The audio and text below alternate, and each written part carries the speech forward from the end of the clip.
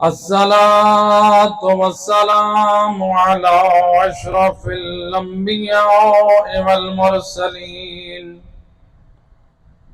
وخاتم النبيين أبي القاسم محمد صلى عليه وأهل بيته الطيبين الطاهرين المعصومين المظلومين المنتجبين الذين أذهب الله عنهم الرجس وطهرهم تطهيرا صلى عليه ولعنة الدائمة على أعدائهم أجمعين من يوم ظلمهم إلى يوم الدين أما بعد فقد قال رسول الله صلى الله عليه وآله وسلم إن الحسين مصباح الهدى وسفینۃ النجاة صلوات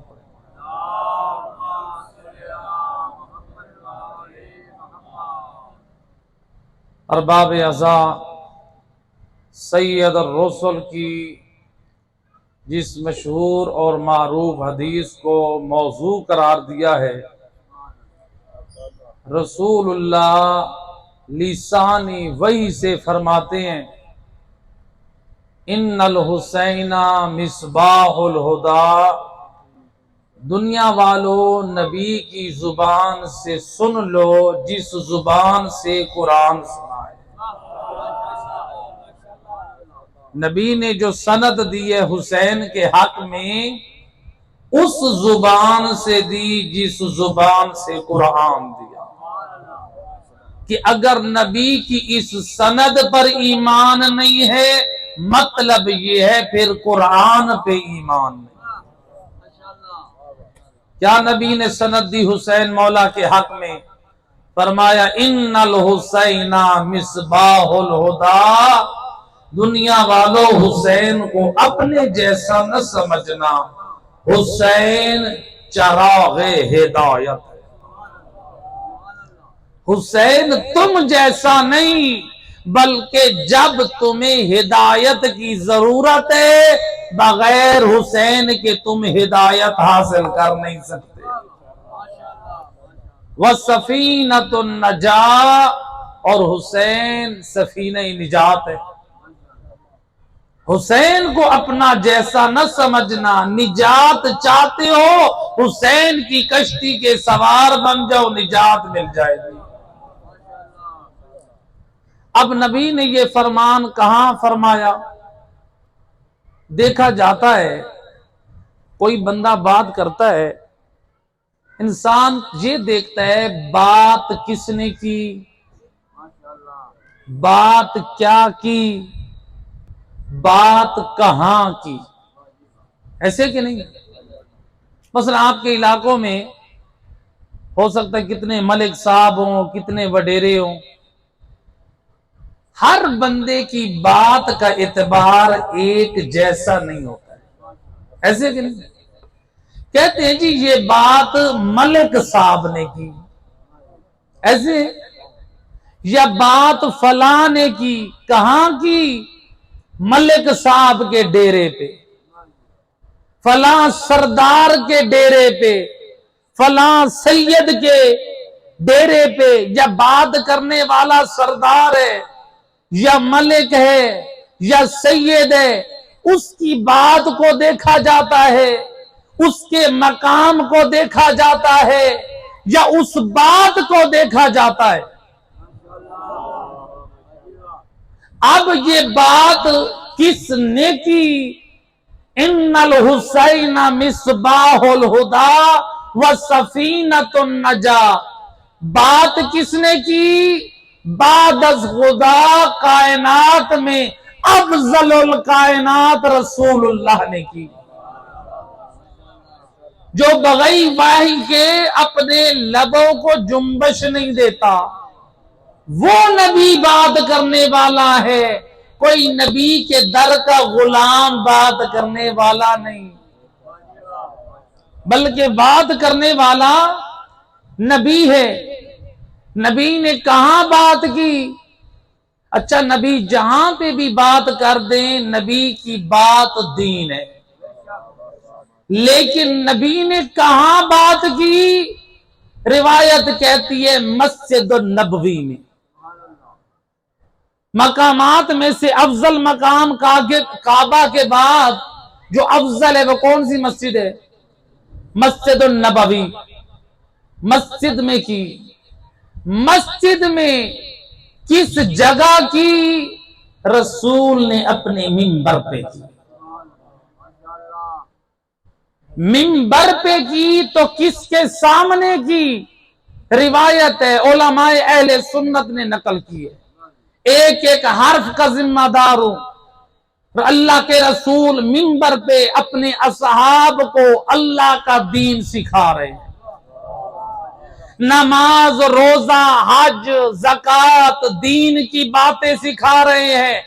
بڑے بڑے اصحاب بیٹھے ہیں، یا مسجد النبوی کے دروازے سے رسول اللہ نے دیکھا میرا شہزادہ حسین اپنی حسین اداؤں سے چلا آ رہا ہے، مسجد النبوی کا ایک ایک گوشہ امامت کی قدم بوسی کر رہا ہے۔ حسین اپنی حسین اداؤں سے آ رہے ہیں، ادھر سے رحمت للعالمین وما ینطق عن الہویٰ کا مصداق نبی، وہی کے ساتھ بولنے والا نبی فرماتا ہے مرحبا بکا یا زین السماوات والارض، خوش آمدید او میرا لال حسین، جو آسمانوں کی بھی زینت ہے، جو زمینوں کی بھی زینت ہے۔ تھوڑی آواز تھوڑی صلوات پڑھ دے محمد۔ جو آسمانوں کی بھی زینت ہے اور جو زمینوں کی بھی زینت ہے۔ رسول کے بڑے بڑے اصحاب بیٹھے ہیں، ان صحابہ میں ایک صحابی ہے جس کا نام ہے ابی بن کعب۔ علماء اہل سنت بڑا اس کا احترام کرتے ہیں، میں کہتے ہیں اصحاب کو مانتے ہو، اصحاب کی زبانی اہل بیت کی بھی مانو، جو انہوں نے آل بیت کی کیا عظمت بیان کی۔ ابی بن کعب کہتے ہیں نبی نے کہا اے حسین خوش آمدید، زمینوں اور آسمانوں کی زینت، کہتے ہیں مجھ سے رہا نہ گیا۔ میں نے کہا یا رسول اللہ ہمارا ایمان ہے، آسمانوں کی زینت آپ ہے، زمینوں کی زینت آپ ہیں، اور آپ کہہ رہے ہیں اے حسین خوش آمدید، تو آسمانوں کی بھی زینت ہے، تو زمینوں کی بھی زینت ہے۔ یا رسول اللہ ہمارا تو ایمان ہے، آسمان اور زمین کی زینت آپ ہیں، اور آپ یہ سند حسین کو دے رہے ہیں۔ سید الرسل نے جب یہ سنا، روایت کہتی ہے جو نبی خطبہ دے رہے تھے، نماز کی بات کر رہے تھے، روزے کی نصیحت کر رہے تھے، حج کی بات کر رہے تھے، احکام شریعت سمجھا رہے تھے، نبی نے منبر کو چھوڑ کر حسین ابن علی کو اٹھا لیا اور منبر پر تشریف لے آئے۔ حسین ابن علی کا روایت کے ایک ایک حرف کا ذمہ دار ہوں۔ نبی نے حسین کا ہاتھ پکڑ کر بلند کر کے لوگوں کو دکھایا اور نام لے کے بتایا ایھا الناس فعرفوہ وفضلوہ کما فضلہ اللہ، اے میرے لوگوں، اے میرے اصحاب، اس کو پہچان لو، اس کو وہ عظمت دو جو اللہ نے حسین کو عظمت بخشی ہے۔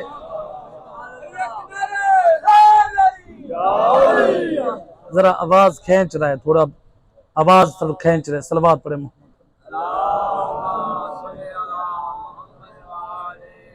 بارے دیگر با آواز بلند صلوات۔ جو اللہ نے حسین کو فضیلت بخشی ہے اس فضیلت کا مالک سمجھو۔ اور کیا فرمایا؟ ھذا حسین ابن علی، یہ حسین ابن علی ہے۔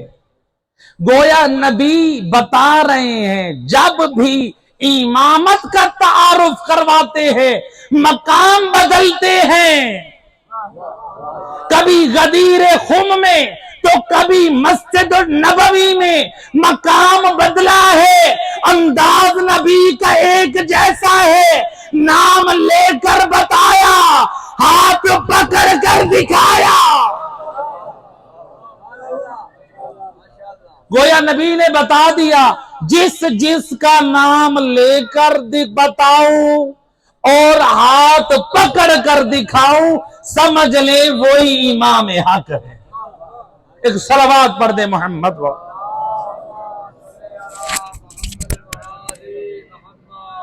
بار دیگر باواز بلند صلوات۔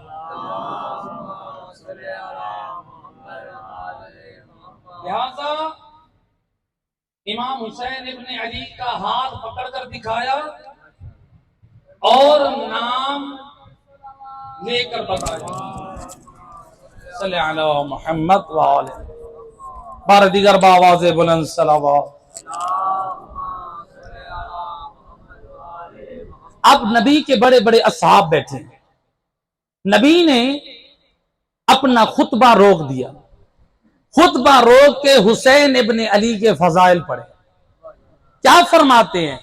اے لوگو، ان اللہ لقد کتب علی یمین العرش، اے لوگو او میرے اصحاب سن لو، اللہ نے عرش کی دائیں طرف لکھا، ان الحسین مصباح الہدی والسفینۃ النجاۃ، حسین تم جیسا نہیں بلکہ چراغ ہدایت ہے،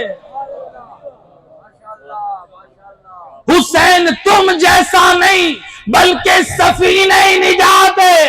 جب بھی تمہیں ہدایت کی ضرورت ہوگی حسین کے دروازے پہ جانا ہوگا، جب بھی نجات چاہنی ہوگی حسین کے سفینے پہ سوار۔ لہذا دنیا والوں کو جب بھی مشکل پیش آئی ہے دروازہ انہیں ایک نظر آیا ہے، علی اور اولاد علی کا۔ میں اپنے ایک ایک حرف کا ذمہ دار ہوں۔ علماء اہل سنت نے بڑی امانت سے نقل کیا ہے، نبی حضرت عمر نے اپنی زندگی میں کم سے کم 70 مرتبہ کہا لولا علی لہلک عمر، اگر علی میری مشکل کشائی کے لیے نہ ہوتے میں ہلاک ہو جاتا۔ یہ کون کہہ رہا ہے؟ مسلمانوں کے دوسرے خلیفہ حضرت عمر کہہ رہے ہیں اگر علی مشکل کشائی نہ کرتے میں ہلاک ہو جاتا۔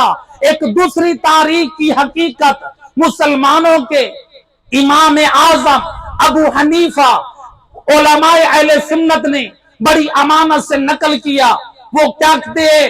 حضرت ابو حنیفہ اپنی زندگی میں یہ اعتراف کرتے تھے لولا السنتان لہلک النعمان، اگر میں نے 2 سال علی کے بیٹے جعفر صادق کی خدمت میں نہ گزارے ہوتے میں ہلاک ہو جاتا۔ پہلی حقیقت کیا ہے؟ مسلمانوں کے دوسرے خلیفہ حضرت عمر اقرار کر رہے ہیں اگر علی مشکل کشائی نہ کرتے میں ہلاک ہو جاتا۔ دوسری حقیقت امام اعظم ابو حنیفہ کہہ رہے ہیں اگر علی کے بیٹے جعفر صادق کے خدمت میں 2 سال نہ گزارے ہوتے میں ہلاک ہو جاتا۔ گویا معلوم ہوا رسول کی وفات کے بعد 2 راستے چلے ہیں، ایک ہلاک ہونے والوں کا ہے، ایک ہلاکتوں سے بچانے والوں کا ہے۔